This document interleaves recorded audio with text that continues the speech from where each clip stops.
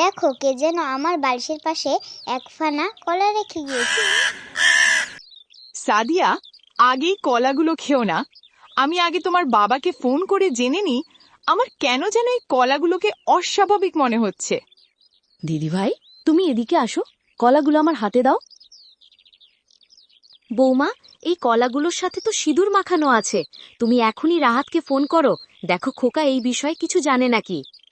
ঠিক আছে মা, আমি এখনই ওনাকে ফোন করছি।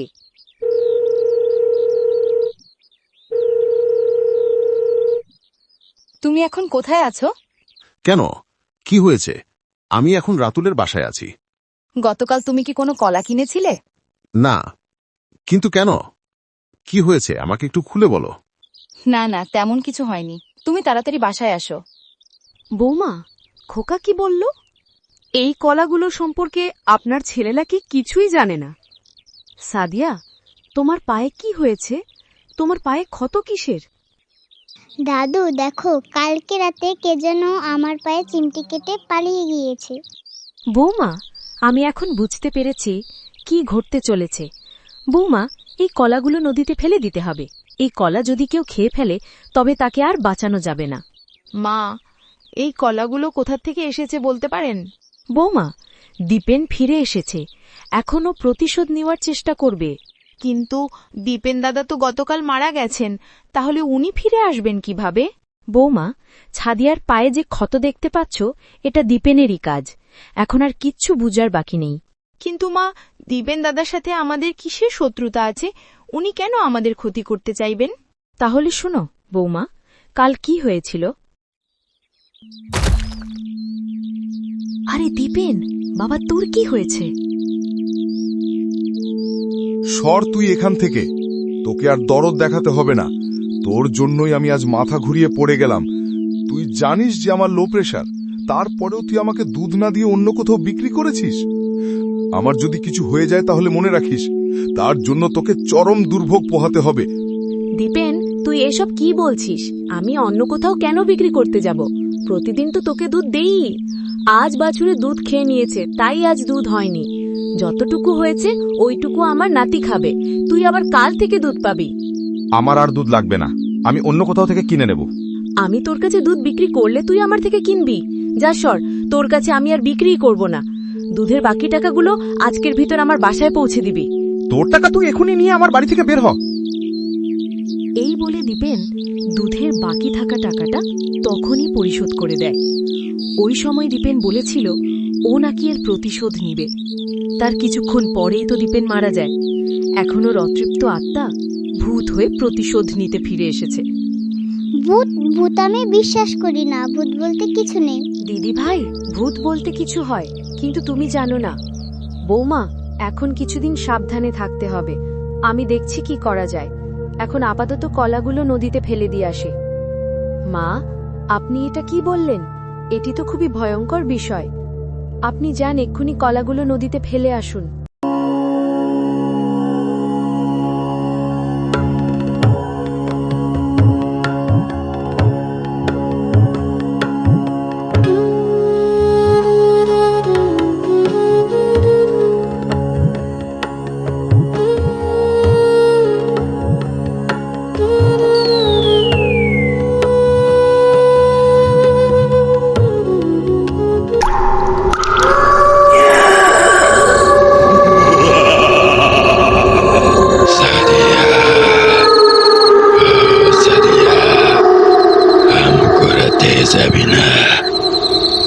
দাঁড়াও দাঁড়াও, আমি এখনই একটি ব্যাগে নিয়ে আসছি।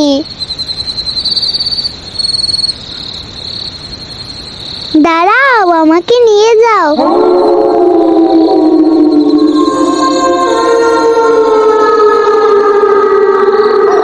সাদিয়া, সাদিয়া মা, এত রাতে তুমি কার সাথে কথা বলছো? কি হলো, চুপ করে আছো কেন? উত্তর দাও। ছাদিয়ার কোনো সাড়া শব্দ না পাওয়ায় ছাদিয়ার মা চিন্তায় পড়ে যায়। তখন ছাদিয়ার মা লাঠি হাতে ছাদিয়ার কক্ষে প্রবেশ করে।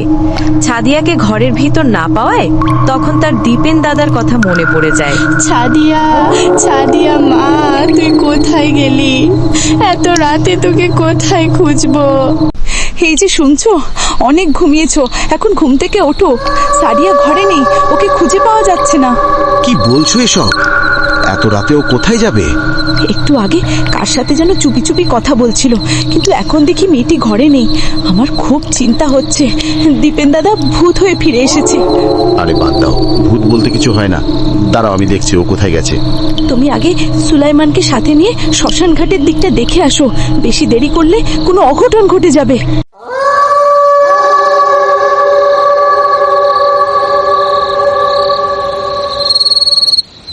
সুলেমান ভাই, তুই রাস্তা দিয়ে যা, আমি নদীর তীর ধরে যাব।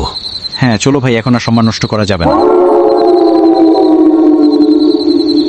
ছাদিয়া, ছাদিয়া কথা বলো, কোথায় তুই? ছাদিয়া, ছাদিয়া সারা দে মা। ছাদিয়া, ছাদিয়া মা, কোথায় তুই? কথা বল।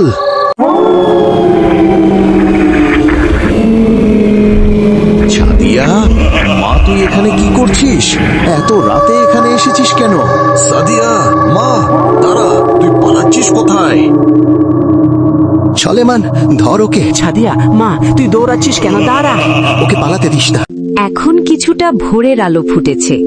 সাদিয়া এখন দৌড়ে ওর দাদির কক্ষে প্রবেশ করে, হুচট খেয়ে পড়ে যায়। তোমরা নিশ্চয়ই আন্দাজ করতে পেরেছো সাদিয়া কতটা ভয় পেয়েছে। ছাদিয়া অনেক ভয় পেয়েছিল, তাই ছাদিয়াকে কোনো প্রশ্ন না করে ওর দাদির পাশে ঘুম পাড়িয়ে দেয় এবং সকাল হওয়ার জন্য অপেক্ষা করতে থাকে। বন্ধুরা, তোমরা কি জানো অতিরিক্ত ভয় পেলে খুব জ্বর হয়? ছাদিয়ার আজ খুব জ্বর হয়েছে। এখন একটু চুপ করো, আগে শুনি ছাদিয়া কি বলে।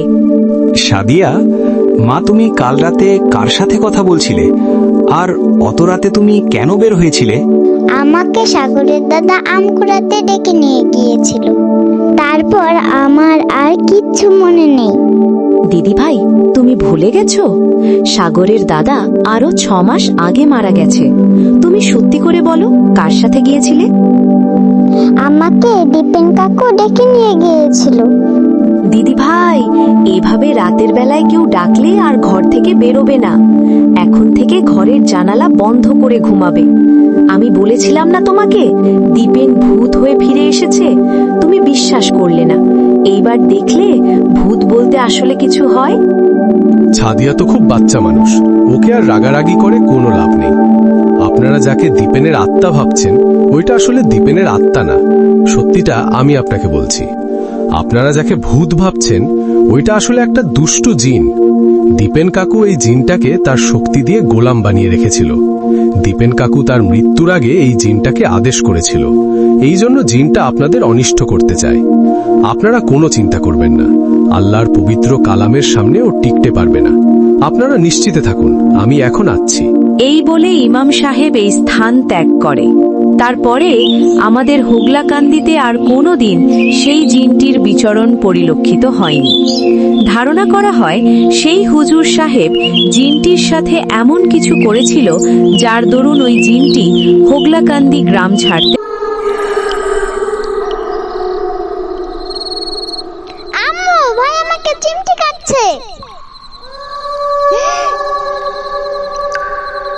মা, ভাইয়ের নামে মিথ্যে বলতে হয় না।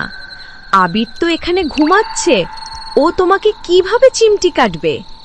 এখন ঘুমিয়ে পড়ো তাড়াতাড়ি, নয়তো ভূত এসে সত্যি সত্যি চিমটি কাটবে।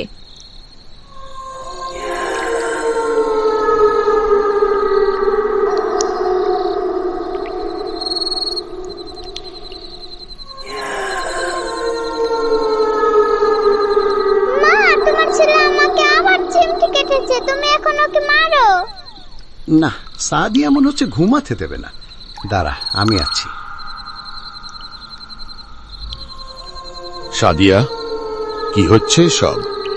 সারাদিন তো ভাইয়ের পিছনে লেগে থাকো, এখনো না ঘুমিয়ে বানিয়ে বানিয়ে ভাইয়ের নামে বিচার দিচ্ছ। আর একবার যদি চিৎকার করো, তাহলে এই লাঠি আমি তোমার পিঠে ভাঙব। অনেক রাত হয়েছে, ঘুমাও এখন। আম্মু দেখো, ভাই আমাকে সত্যি চিমটি কেটেছে। আরে, তোমার পায়ে তো মনে হচ্ছে কিছুতে আঁচড় দিয়েছে। মনে হয় ওর পায়ে তেলাপোকায় কামড়েছে। মা, এতে কিছুই হবে না, ও ঠিক হয়ে যাবে। এখন তুমি ঘুমিয়ে পড়ো। সাদিয়া ওর বাবা মায়ের কথা মতো ঘুমিয়ে পড়ে। এদিকে কিছুক্ষণ পরে সাদিয়ার মা বাবাও ঘুমিয়ে যায়।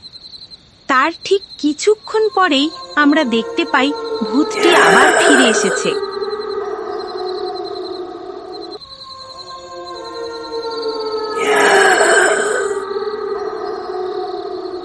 বন্ধু, তুমি কি দেখেছো?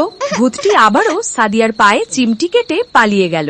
এখন সাদিয়ার পা দিয়ে রক্ত ঝরছে, কিন্তু সাদিয়া এবার আর ওর মা বাবাকে ডাকার সাহস পাচ্ছে না।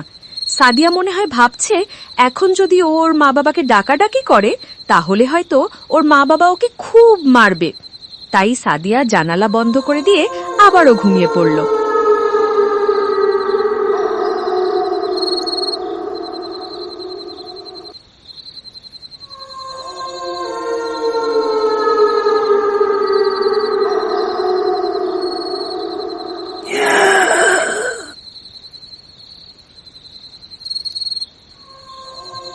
মা, আমাকে কে যেন চিমটি কাটছে। সাদিয়া, তুমি কি ভাইকে চিমটি কেটেছ? সাদিয়ার কোনো সাড়া শব্দ না পাওয়ায় সাদিয়ার মা বুঝতে পারেন সাদিয়া এখন ঘুমিয়ে পড়েছে। তাই তিনি ওকে আর ডাকাডাকি না করে জানালাটি বন্ধ করে দিলেন। বাবা, তোমার পায়ে মনে হয় তেলাপোকায় কামড় দিয়েছে, এতে কিচ্ছু হবে না, এখন ঘুমিয়ে পড়ো।